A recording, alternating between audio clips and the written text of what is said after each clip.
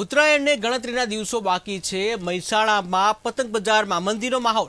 તો ગત વર્ષની સરખામણીમાં ભાવમાં વધારો, જ્યાં દોરીમાં 50 થી 100 રૂપિયાનો વધારો જોવા મળ્યો છે। ઉત્તરાયણનો પર્વ નજીક આવી રહ્યો છે, ત્યાં બજારોમાં મંદી જોવા મળી છે। તો ભાવ વધારે લઈને બજારો જે છે એમાં મંદી જોવા મળી છે, જેમાં 50 થી 100 રૂપિયાનો વધારો જોવા મળ્યો છે।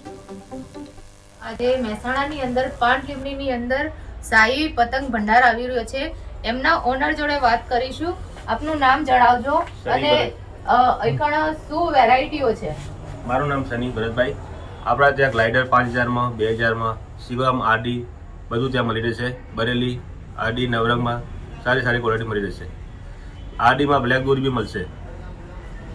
વેપાર કરો છો? ના, ચાઇના દોરી વેપાર નથી કરતા। બરેલી અને પાયલની ઘસેલી આવે એ જ વેપાર કરીએ।